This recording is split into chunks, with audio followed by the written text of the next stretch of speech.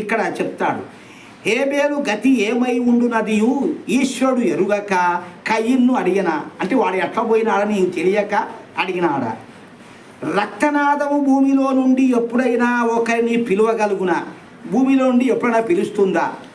ఇవన్నీ పామరుల మాటలే. కావున ఈ పుస్తకం ఈశ్వరకృతము కానీ ఒక విద్వాంసుని చేవు రాయబడినది కానీ కాజాలదు.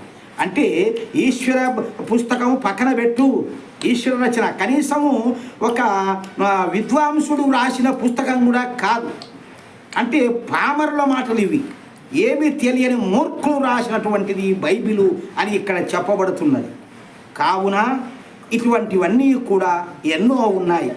అనోకు మతూషేలహను కనిన తరువాత 300 ఏళ్ళు దేవునితో నడుచుచుండెను.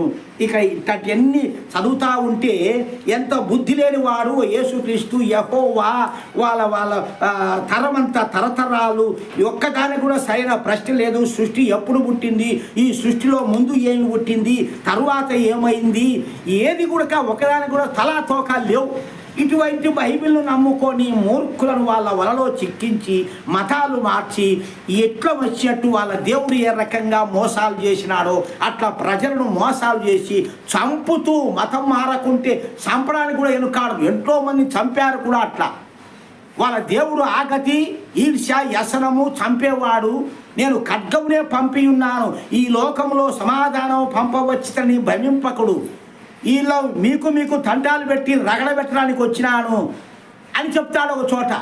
అంటే మీకు ఈ విధంగా పెట్టడానికి పుట్టినాను, నేను వచ్చినాను అని వాళ్ళు తండాలు పెడతారు. వాళ్ళు చేసే పనులు అయ్యే. అందుకబట్టి లోకములో అన్ని అరాచకాలు అనర్థాలు, ఎందుకంటే ఆ 2 మతాలు అట్లాంటివే కాబట్టి లోకాన్ని ఈ విధంగా నాశనం చేస్తున్నారు. ఇంకా చదవాలంటే ఎంతో ఉన్నది, ఇంకా ఇంతతో సాలిస్తాము.